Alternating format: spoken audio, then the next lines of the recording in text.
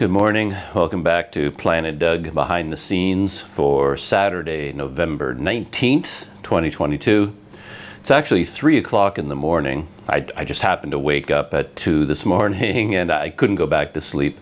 So rather than lie there and just think about why I can't go back to sleep and figure out strategies for getting back to sleep, why fight it? I was awake, so I got up, made myself coffee, turned on the camera, and I'm doing some technology things. Yeah, that's something about the world of technology. It drives me crazy. I often wake up in the morning, like raring to go, and I'm going to get all these things done. I got a list in my mind. I'm going to do this, and I'm going to do this, and I get that done, I'm going to do that done. And then right out of the gate, something doesn't work. Like just the very first thing, there's a technology problem. And this morning, it involves a portable hard drive. I have a stack of these, 2 terabyte portable hard drives, various colors. They're, for the most part, they're quite dependable and reliable. And I basically use this blue one for, basically backups and copies of all of my source files for editing video. And I just finished. Of course, I make my life more complicated than it needs to be. I went down to Kajang recently to meet up with a subscriber, and he invited me down there, a really nice guy named Hadi. He sent me a message, and he invited me down to this small town about an hour south of Kuala Lumpur called Kajang. And this town is well known for its satay. It's even known as a satay town. And there's a whole history to do with that. Maybe I'll talk about that in a minute. So he invited me down there for the day to, sample satay, the best satay you can get in Malaysia. So I went down there and I decided to shoot video of the day using my 360 camera. And the 360 camera is a little bit complicated because editing is a 2-stage process. I have all the video that I shot that day. It's in 360 mode, which is like films the entire world around me. So I first have to sit down with all that video and reframe it all. It's a process where I do it on my smartphone. That's the only way to do it because you use the gyroscope in your phone. You basically play the video, and then while it's playing, you move the phone around as if you are the cameraman, and then you reframe the video and decide where the camera is pointing at all times and whether to, zoom in or zoom out, things like that. So every single video clip, one by one by one by one, you have to reframe them. And I shot a total of 30 separate video clips throughout the day, and I have to reframe each one. And once it's reframed, I have to export it. And then at the end of that, I have all of those reframed video clips on my phone. And then I could edit those into an actual YouTube video on my phone. But lately I'm trying to switch over more to my laptop, and I want to use my phone for reframing more 360 video. So my idea was to take all the reframed 360 video from my phone, copy it to my laptop.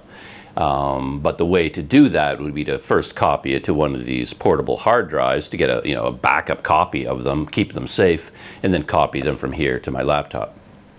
And that was the first thing I was going to do this morning. I was just going to wake up, make a cup of coffee, listen to some music, which I'll talk about in a minute, and then maybe fire up a behind-the-scenes video here. And while this was happening, my phone was going to be over there copying all of the data to here. And it's 90 gigabytes of video files.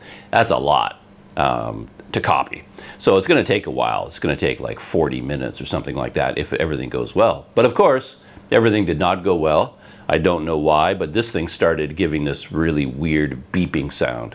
I plugged it in and I started copying, and it was going like beep, beep. It was like this. It was like it was whining unhappily every few seconds. There's this weird. It was like it was crying or something, and then the copying I could see was getting slower and slower and slower, and then it just stopped. It just stopped copying, and it just sat there on the table crying, and I eventually had to unplug it, and I got an error message saying that your portable hard drive, your USB device, is not working properly. So who knows? Or maybe all the video on this drive is now inaccessible. This thing could be toast. So that's how I started my day. an hour, you know, this is all happening at 2 o'clock in the morning. And here it is now after 3, and I basically accomplished nothing because I've spent the last hour trying to figure out what's wrong with this hard drive. And that's how the day starts. And that's how almost every single day starts. It's just weird. You want to get something done, you leap out of bed, you grab your first piece of technology, camera, memory card, laptop, smartphone, whatever it is, and you start to do something and you run smash into a technology problem. A couple hours later, you're still fighting with that technology problem.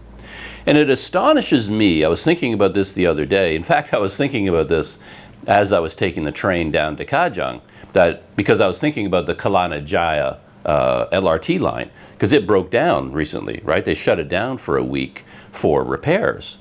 And there were all these articles in the news about, you know, everyone pulling out their hair and all this drama about the LRT system breaking down and whose fault was it and heads will roll and, you know, who wasn't doing their job properly. I mean, just a lot of, you know, finger pointing, you know, somebody screwed up and, oh, these idiots, well, why can't they even, you know. But from my point of view, it is a miracle that anything in the world works at all. The fact that pretty much every day I wake up here in Kuala Lumpur and I can get on any one of these LRT or MRT or KTM or monorail lines, every single day I can just walk out my door, get on one of those trains and go somewhere, to me is a miracle. How does anything keep running? To me, it's a miracle. Like banking systems, airline systems, you know, anything at all to do with computers that are run by major corporations, they tend to run almost flawlessly. How do they do it? Because I'm just a little guy here. All I'm doing is shooting a couple of little videos about eating satay, and I can't even do that. All my technology breaks down at every stage. My laptop doesn't work, my smartphones don't work, my portable hard drives don't work. Nothing ever works, and I have to fight with it all day long. And if I have that much trouble constantly at just my level, how are they operating the rapid KL system every day, all day, year after year after year? To me, it's a miracle. I don't know how anything works. Yeah.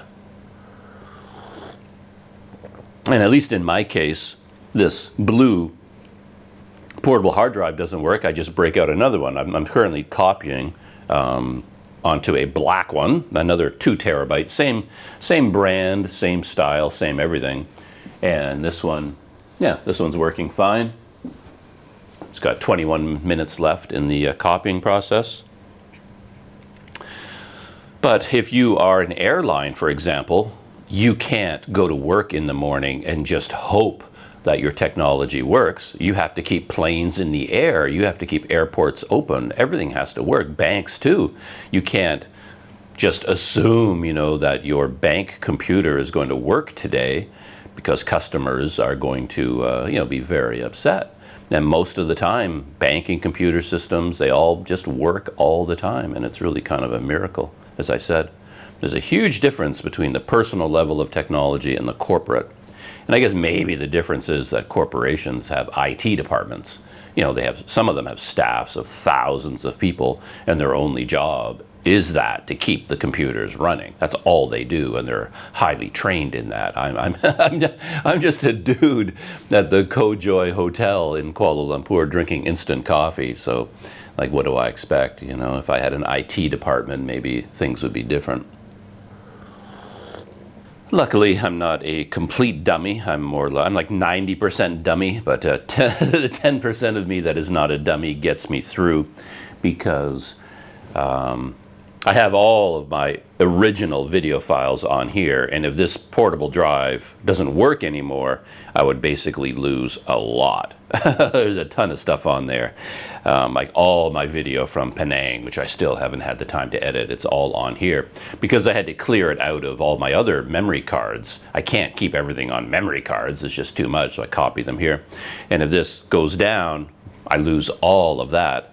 But of course, the 10% of me that's not a dummy made a copy of this. So there's like 2 terabytes of data on here. I have an exact duplicate of everything on this blue drive on that black one, which I'm now working on over there. So Even if this is now garbage and I have to throw it away, at least I'm not losing all the data on it. I have another copy, you know. But just doing stuff like that, like I'm basically operating as my own IT department, making my own backups, and making a backup of 2 terabytes of video data. That's a job in itself. You know, that's going to take you a long time. You know, you set up your computer, plug in both portable drives, and you have to copy everything from one to the other. You've already copied everything from your memory cards to the one portable drive, probably to your computer as well. And when everything is on this portable drive, then you have to copy it from that portable drive to another portable drive. Just backing up. I mean, I'm sure IT departments at major corporations, they have an entire department dedicated only to doing backups. You know, it's a huge part of the corporate world, of course. You know, cybersecurity, everything. You have to have backups of everything. You have to have redundancies. You have to have backups of backups. And they have entire departments whose job it is only to maintain the backups. And, you know, you as one person, you have to do it yourself, right? And there are certain things you'd think you can do, like for an average person, you just use the cloud. You know, you can just set up your laptop or your phone to do automatic backups into the cloud, you know, using Google Drive or the Microsoft's OneDrive, or so you buy some other storage solution system. But it doesn't work for me because like I said, I'm dealing with hundreds of gigabytes of data, terabytes of video data all the time. And you just can't store that online because I can't even upload, you know, YouTube videos half the time because I struggle with Wi-Fi so much. You know, just uploading, I mean, the final product of all this is a YouTube video that goes onto my YouTube channel. And those, relative to the original data, are quite small. I mean, they're big for me. They can be, you know, 15 to 30 gigabytes in size, one of my YouTube videos. And, you know, uploading 30 gigabytes to YouTube, I mean, that is a huge job, and there's no way you're backing up, you know, 4 terabytes of data into the cloud. You know, it'll just take you the rest of your life. So a lot of those obvious solutions, you know, using online backups, just don't work for me because the files are just too big. And right now, my world of Wi-Fi has gone again. It just disappeared. For a while, I had really good, really fast and reliable Wi-Fi, which is one of the reasons I moved into the hotel. And then for some reason, it just vanished, and it hasn't worked for a couple of weeks now. I don't know how long it's been, 10 days maybe. People are working on it, I think. But I've been running this speed test program that Daryl of Wander Eats was using, and he told me that this is kind of a lot of people use this program to test the upload and download speeds, so I'm doing that a lot these days. And the other day I tested it yesterday, and for downloading I got 0.04 megabytes per second, and for uploading 0.01 megabytes for uploading. So it's basically zero, and most of the time it won't even connect. Yeah, download speed right now, middle of the night, you know, 3 o'clock in the morning, 1.89 megabytes per second, which, I mean, you can surf the internet with that speed, but for uploading is the important one for me, and it's just about, 0.79 for uploading. And you can't upload at that speed. It just won't work. You'll be sitting here for 3 days, and then the whole file will just time out anyway, or something will go wrong. It'll take you 3 days to upload a video at that speed. There's just no way you can leave your devices uploading for that length of time anyway. The batteries will die. You'll forget about them. You know, you can't even leave things plugged in, because when you leave a hotel room like this, you have to take your card with you, which shuts off all the power. So even if you leave your phone here uploading, you want it to upload 24 hours a day. By the time you come back, the phone battery has died because, you know, the power is gone. And it's just an endless struggle. Yeah. I don't know how other people do it. I can barely do it, and I don't know how other people get it done. It's just, I think I've had, I believe, a 3-year series of bad luck when it comes to technology. I feel that, because every single thing for me has been such a struggle from beginning to end. Anyway, yeah, that's my technology this morning. Luckily, my music technology was working this morning because I wanted to listen to some music when I was taking my shower and getting ready, and I fired up the album Foreigner by Foreigner, their debut album. Big part of my childhood, or not, I wouldn't call it childhood anymore. I guess I was a young teenager at the time when I was discovering music like that. And Foreigner was one of the big albums. You know, there was the Foreigner, and then their second album, Double Vision, I think it was called. And all the bands like that, all the albums, Boston. Boston, the very first album by Boston was the very first album that I ever bought in my life. I went to the record store and bought it, the vinyl album. Anyone my age has those memories, knows exactly what is the first vinyl album that they bought. And it was such a visceral experience back then. Again, ask anybody my age and they'll talk your ear off about how music was different in those days, and it was profoundly different, and I think about it quite a bit. The whole idea, of course, of having a physical album to begin with, just the physical nature of it, the size of a vinyl album, all the artwork on it, and quite often they came with little booklets inside that could be the size of the entire album, the booklet full of photographs and artwork and all the lyrics. You got jacket notes and all these sorts of things. And the albums themselves, were works of art. And then just holding, pulling that record out of the cardboard sleeve, and then it's inside a paper sleeve, and then you have your way of holding it. You kind of roll it out of the paper sleeve, and then you're holding it by the edges and giving it a little blow of air to blow the dust off. And everybody has their preferred record cleaner, with the liquid and everything, the very fancy ones made out of wood. I had a really nice set that came in a box, wooden handle with a bottle of liquid cleaner that's stuck inside the handle. You pull that out, put a couple of drops on this beautiful brush, put it on the album, and then you spin manually, with your finger. You have to turn the turntable around, and then you have a technique for exactly whoosh, how you clean your record, and then lowering the needle onto and starting at the top. All of that it was just such a, very different from the way you listen to music today. I mean, today I just turned on my phone and I hit play and it just started to play. There's nothing physical. Everything is just a digital file, which has its own advantages. But that era that I grew up in, of course, has a lot of advantages too. Just that wonderful feeling of having a physical album. Plus, of course, the way we listened to music was different, because when you put the needle on the very first track of the record, side A, you listen to all the songs in order. And then when that's done, you flip the record over and then listen to all the songs on side B in order. And your brain and your entire body becomes used to that. You know exactly which song follows which song. And when one song ends, you know what song comes next. And in the modern era, when I'm listening to music and then a different song comes next because it's a playlist or something, or some sort of a digital collection, it just throws me off completely, because my body and my brain knows what song is supposed to come next. And I'm anticipating it because I've listened to side A and side B of these albums so many times in my life. I'm hardwired in my memory to know what song comes next, side A and side B. And the same thing with cassettes too. We would make copies, of course. We would take our albums and then copy them onto cassettes, and the songs would all be in the same order, and we just got used to that. And nowadays, of course, you never quite know what's going to come next if you're doing Spotify or any kind of a music service, or even digital files like that.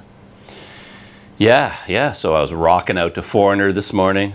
Yeah, that was a lot of fun, and I realized that some of the music was very familiar to me even in modern times, because you get a lot of this music is used in movies. I remember when Pitch Perfect came out, made a big impression on me. I really enjoy the movie Pitch Perfect. It has an interesting mixture of old and new music, and Foreigner is on the soundtrack of Pitch Perfect. So yeah, anyway. Yeah, listening to music like that also makes me think about human generations and how different they can be in the way that they raise their children. Feels like there's almost a cycle there that people are hardwired to live a certain amount of time because that time, that era of Foreigner and Boston and all these bands that I was listening to, that was my introduction into the world of music. And I was so excited about that music at that time. And I was excited about it in a way that I could never be excited about music ever again. I mean, I've enjoyed music in other periods in my life, but nothing will ever come close to how I felt about music in my teenage years and into my 20s. That emotion, well, the song from Foreigner is very appropriate, feels like the first time. Because, you know, yeah, the first time, yeah, there's nothing quite like it. And it feels like with humans like us, we're on a clock of some kind where we have all this energy and emotion for discovery and learning and curiosity that lasts, you know, through our teen years, into our 20s, 30s maybe, and then it just kind of, it's like someone turns off a tap. Beep. Okay, you're done. That cycle of your life is kind of over. And I think we're hardwired at that point to have children. So our intense era of learning and discovery and curiosity and new things, we reach a point, and just as that's winding down for us in terms of the passage of time, that's when we're having children. Not me, but people in general will do that. Never been interested in families myself. And then as soon as you have children, you as a parent, you've lost that intense curiosity and that urge to learn and discover, but now your children are entering that, and then you as a parent get to enjoy that period of life a second time, but through the eyes of your children. I've seen that all the time with people that have children. I see the process, you know. And of course, parents like to share their passions with their children, and they get to relive it. But this is something I think about a lot, that generations are profoundly different. So for example, my generation, my parents, wonderful people, mother and father, both amazing parents and all that kind of thing, but they had nothing that they could share with me because we lived in such drastically different worlds. The world they grew up in and the world I grew up in were profoundly different, and they couldn't really share a lot of what I was going through because they had no experience with it, and the world I was living in, again, was so different from theirs. When they grew up, there was nothing they could really pass on to me.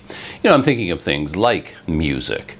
There was nothing in terms of music. You know, I'm out there listening to Foreigner and Boston and Bob Seger and Cheap Trick and Led Zeppelin and the Rolling Stones, and that my parents wouldn't have known who any of these bands were. And then, you know, I was discovering folk music. I was listening to Cat Stevens this morning. You know, I went through all this intense discovery of music. You know, I'm heavily into pop and rock and roll when I was younger, then a lot of folk music. I was into heavy metal music, into classical music, into every kind of music you can think of. And yet my parents had no interest in any of that at all. I was really into literature. I loved to read when I was young. I would read everything I could get my hands on. But, you know, my parents weren't, you know, coming into having children with a whole library of favorite books that they wanted to share with me, because they didn't have that, you know, to pass on to me because it wasn't part of their world. I was living in a completely different world from them. And yet people my age, like people that I know personally who got married and had children at the appropriate times as they grew up, I can see how different that would be, because like I can imagine if I had children, it could be, I think my children would end up hating me because I'd want to share so much with them. I have so many passions, you know, I'd want to share like all my favorite movies with them, all my favorite music, all my favorite books, you know, everything that I've learned in my life that I'm excited about and really enjoy doing. I would want to pass that on to my children. And I think children, if I had children, that my children and I, we would have been living in more or less the same world. We wouldn't have been so completely different as I was from my parents. So sure, I'm sure my kids would have been listening to music that was new for them that I wasn't familiar with, but they'd still be living in a world where they would know who Bruce Springsteen was, and you know, the Rolling Stones and Led Zeppelin and Boston and Foreigner and all the classic movies that I grew up with, you know, things like Jaws and, you know, Close Encounters of the Third Kind, all the huge blockbusters of my teenage life.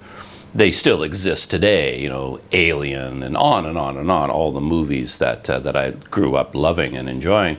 I could share those with my children and they would be just as relevant today as they were, you know, when I enjoyed them. But with my parents and me, there was nothing that could cross that generational gap.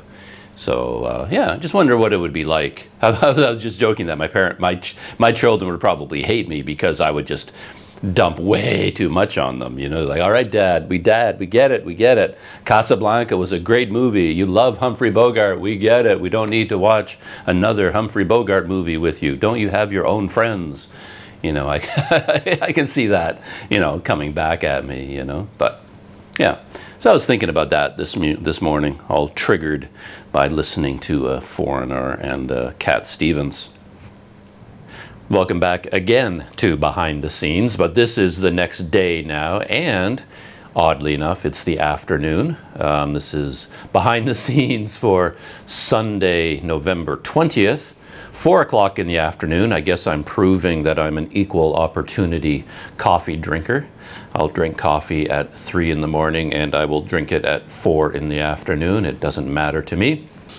I just thought I had a couple of thoughts to add to what I was talking about the other day. I think I started the behind the scenes talking about all of my technology woes, to which there never seems to be an end. I never seem to settle into a groove where everything works. It's just a constant battle being waged, it appears. And here at my current hotel, the Wi-Fi is basically still non-existent. I've talked to them about it, and I guess they're investigating it, trying to figure out why the Wi-Fi isn't working, but who knows how long it's going to take. It's basically feels like it's been forever already that I've been living without Wi-Fi, which makes my life extremely difficult. Yeah, I did the speed test on my phone just to check, you know, the actual download and upload speeds, because on one Wi-Fi network for this hotel, I can connect. On the other ones, I can't connect at all. For whatever reason, I just get various error messages, or it says connected with no internet, and that's across all of my devices, tablets, smartphones, laptop. I get the same messages on all of them, so it isn't device related, and it happens everywhere in the hotel. So whether I'm here in my room, in the lobby, on a different floor, everywhere in the hotel, it's the same result. So again, it's not that the Wi-Fi is just weak in this room, it's just not available in the hotel at the moment. But anyway, I ran the speed test, and I got, for downloading, 0.54 megabytes per second, and for uploading, which is the more important one for me, just now I got 0.04 megabytes per second, which, as I said the other day, is, for my purposes, essentially zero, because I can start to upload a 15 gigabyte video file and it just won't upload. It'll just be sitting there at 0%, climbing to 1% in 24 hours or something like that. It's just never going to complete. So this morning I decided to head out and just buy data, because I don't have a choice. And I went out and I bought, the way I did it was, I just went to 7-Eleven and I got a 50 ringgit top-up. And they give me a receipt. The receipt has a 16-digit PIN on it. And then I open up my Cellcom app, and then I can add the 50 ringgit by entering the 16-digit PIN. Basically, I'm reloading my Cellcom account, and once I have money in my Cellcom account, then I can dive into their menu system and I can buy things. I can buy data, 4G, 5G, 3 megabytes per second. It's a very complex system that Cellcom has here. So I did that. I got 50 ringgit, added it to my phone, I reloaded it, and then I dove into their systems. And I don't know how much I really want to talk about this because I just find it so confusing and I don't understand it at all. All I want to do is buy data. That's all I want to do. I need 15 gigabytes of high-speed data to upload this video to YouTube. That's all I want to do. So I'm like, okay, where do I buy data? But it doesn't work that way. They send you into these menu systems where you're buying subscriptions.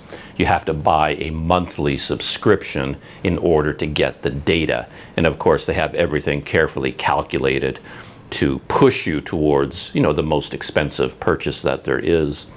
I eventually worked my way through the system and I bought a monthly subscription that lasts for 30 days. It's a 30-day plan. Basically, they want you to buy a plan. So I bought a 30-day plan that comes with 30 gigabytes of high-speed data.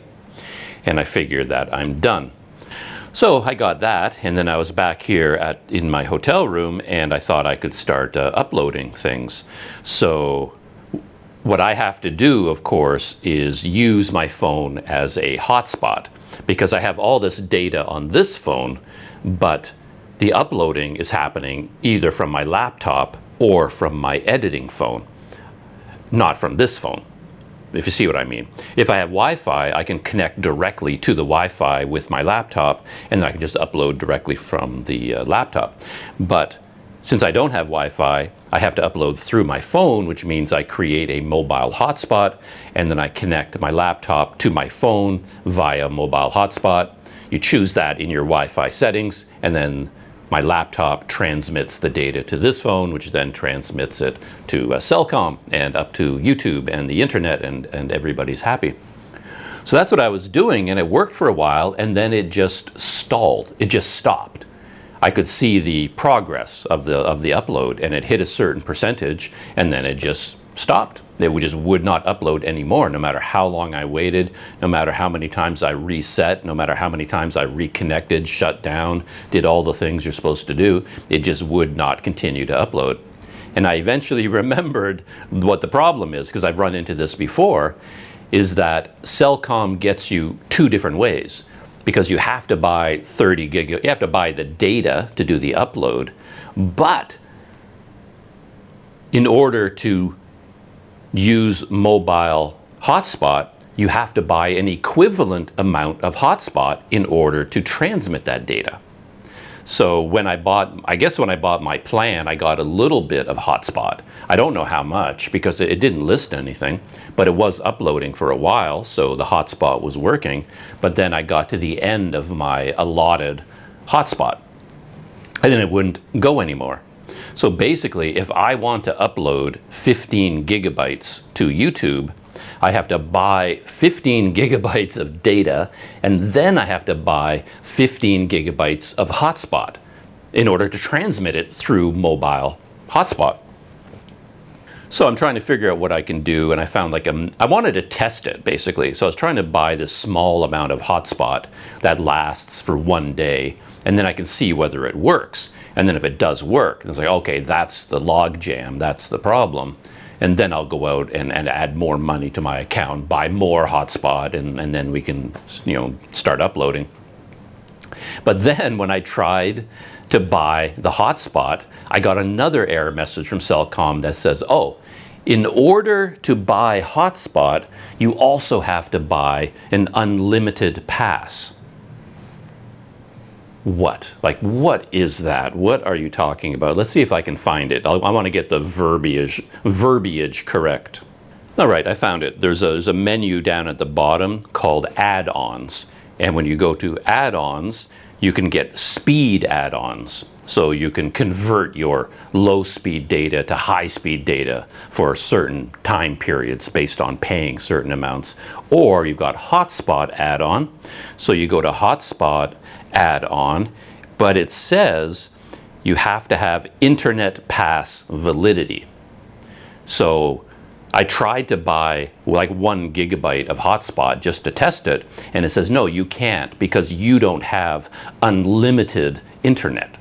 I bought 30 gigabytes of high-speed data, and for some reason I can't use hotspot with that unless I also have unlimited data for the whole month. So my plan has to include unlimited data, or else I can't use hotspot at all. So they forced me to buy 30 gigabytes of high-speed data, but in order to use that high-speed data, I've got to buy 30 gigabytes of hotspot data, but they won't let me use the hotspot data unless I buy unlimited internet for the whole 30 days. I mean, it's just insane. It's absolutely insane. Yeah, that's just the way it works. But luckily, the unlimited, you can buy whatever speed you want. Like, you don't have to buy unlimited high-speed internet. I don't think you can. That would just be way too expensive anyway. So what I ended up doing was buying unlimited low-speed internet for the month.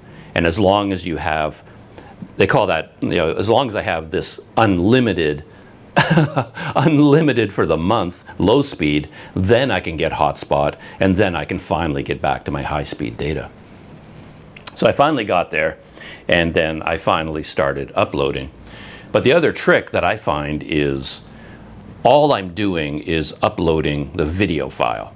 So for example, the video might be 10 gigabytes in size, and I have 30 gigabytes of high-speed data. And I'm not doing anything else. I just start uploading my 10 gigabyte file. But by the time the 10 gigabyte file has uploaded, my overall data has dropped by 20 gigabytes. And I don't know where the other 10 gigabytes goes. It just like drains much, much faster. The amount of data that is used is far more than the amount of data that I've actually uploaded by my count. As I said, I upload a 10 gigabyte video and it ends up using 15 to 20 gigabytes of data that I bought through Cellcom. So yeah, not having Wi-Fi is a problem, let me tell you. It just sends you down this dark rabbit hole trying to find a solution. So yeah, it's not great. It's not great. And I was also talking about this whole idea of generations and how different generations pass on like cultural stuff and how they relate to their children. And I feel like I didn't quite say what I was trying to say. And I thought I'd try to add some sort of a conclusion to that. It's just that I noticed a huge difference between the generation from my parents to me, like my parents and their children, and then parents today and their children. If that, maybe I don't know if I made that clear or not.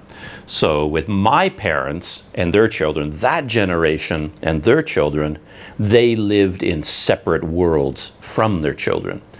Partially because from that generation in Canada anyway, many parents were immigrants. So my parents were immigrants. They were born in the Netherlands, and they kind of grew up in the World War II and post-World War II era when they were children and teenagers. And then they came to Canada, and then they got married and had children. I'm one of those children, and I grew up in Canada.